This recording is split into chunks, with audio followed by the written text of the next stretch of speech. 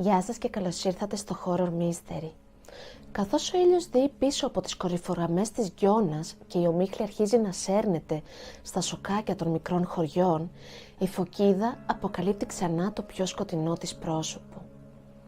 Στο δεύτερο μέρος του ταξιδιού μας επιστρέφουμε σε μια γη φορτισμένη με μυστήριο και θρύλους. Θα περάσουμε από το στοιχειωμένο σπίτι στην Ιταία, εκεί όπου κάτοικοι ορκίζονται πως βλέπουν σκιές στα παράθυρα και ακούν ήχους πίσω από τοίχους που έχουν να κατοικηθούν δεκαετίες.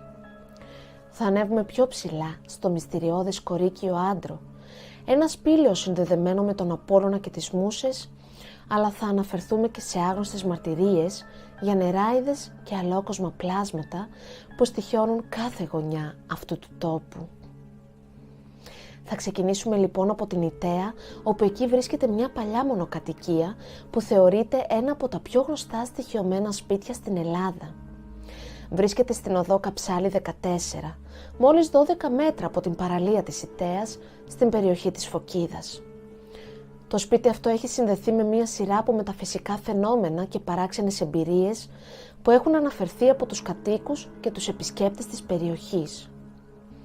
Ένα από τα πιο γνωστά περιστατικά που συνέβαλαν στη φήμη του σπιτιού είναι η μαρτυρία μιας ηλικιωμένης γυναίκας που ισχυρίστηκε ότι είχε δει ένα θηρίο που έμοιαζε με λιοντάρι, κάτι που ενίσχυσε τη φήμη του σπιτιού ως τόπο με υπερφυσικές δυνάμεις.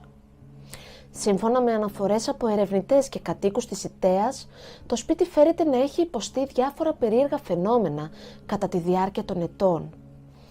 Ο Πάλμος, ερευνητής των μεταφυσικών φαινομένων, αναφέρει ότι το σπίτι έχει αποκτήσει μεγάλη φήμη λόγω των εξαιρετικά περίεργων και απειλητικών φαινομένων που έχουν συμβεί εκεί.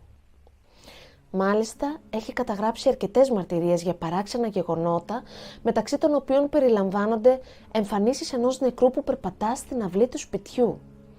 Επιπλέον, αναφέρεται ότι υπάρχει έντονη παρουσία από απροσδιόριστα πνευματικά όντα που εμφανίζονται από το υπόγειο του σπιτιού. Οι εμφανίσεις αυτές συχνά συνοδεύονται από δυνατούς ήχους και ανεξήγητους θορύβους μέσα στο σπίτι, όπως κτυπήματα, βήματα ή ακόμα και φωνές, που δημιουργούν μια αίσθηση φόβου και αναστάτωσης στους κατοίκους ή σε όσους τολμούν να το επισκεφθούν.